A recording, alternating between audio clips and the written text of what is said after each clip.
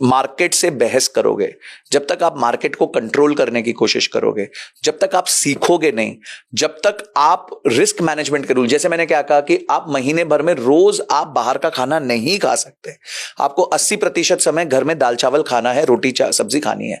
आपकी इन्वेस्टमेंट का 80-90% जब तक आप ऐसी जगहों पर नहीं डालते जो लॉन्ग टर्म ग्रो कर रहा है, और मस्ती कैपिटल 10, जैसे मस्ती कैपिटल कहता हूं, ये 10-20% की मस्ती कैपिटल रखोगे तो वो खत्म भी हो गई तो आपको कोई दुख नहीं होगा। प्रॉब्लम क्या है, लोग लेवरेज लेके, उधार लेके इन्वेस्ट कर रहे हैं, इन्वेस्ट भी नहीं कर रहे, ट्रेड कर रहे हैं। आपको यह समझना है, उधार में आपको हर महीने ब्याज देना है। अगर आप उधार से एसआईपी भी करते हो ना, तो एसआईपी हो सकता है कल को क्रैश कर जाए तो 10-15% नीचे आ जाए, क्योंकि एसआईपी आपको पैसे देती है 7-8 साल की अवधि में। 7 साल तक आप एसआईपी से ज्यादा उम्मीद नहीं कर सकते। हो गया वो भगवान की कृपा है, पर आप उम्मीद नहीं कर सकते उससे कि आपको पैसा देगी। अब आपको ब्याज तो हर महीने देना है, आपने ब्याज पे पैसा उठा लिया और आप एसआईपी कर रहे हो। उससे भी खराब आप ब्याज पे पैसा उठा के फ्यूचर्स एंड ऑप्शंस कर रहे हो। उससे भी खराब आप क्रिप्टो कर रहे हो, कलर ट्रेडिंग कर रहे हो। ये क्या होता है सर, मेरे को पता ही नहीं है, मैंने रीलों में देखी कलर ट्रेडिंग। बहुत बुरा हाल है। निर्मला सीतारमण जी एफएनओ को रोकने की कोशिश कर रही हो, तो फिर भी लेजिटिमेट चीज है।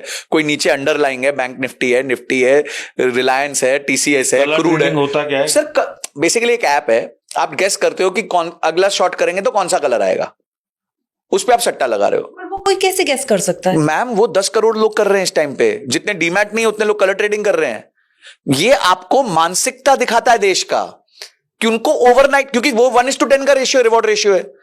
अब ऐप किसी और की है तो ऐप के, मतलब आप जानते हो कसिनो ऑलवेज विंस, ये रूल है गेम का। उसके पास तो सारा रिकॉर्ड आ ही रहा है, किसने उसको दिख रहा है कि भाई इतने लोगों ने ऑड्स लगाए, अब कलर ये डालना ही नहीं, दूसरे वाला डालना है। वो तो पीछे अलगो काम कर रहा है, उसके लिए तो एक कोड है। आपके यहां जिंदगी की कमाई ऊपर नीचे हो गई। मैं कहता हूं, आप जब आईपीएल पे सट्टा करते हो या फिर टीम बनाते हो, तो भी कुछ लॉजिक होता है यार। ठीक है, रोहित शर्मा का फॉर्म अच्छा चल रहा है, कोहली का फॉर्म ठीक नहीं चल रहा, इसका ठीक चल रहा है, ये अच्छा बॉलर है, बुमराह मस्त है, तो उस हिसाब से आप टीम बनाते हो। कुछ एक साइंस होती है उसके पीछे।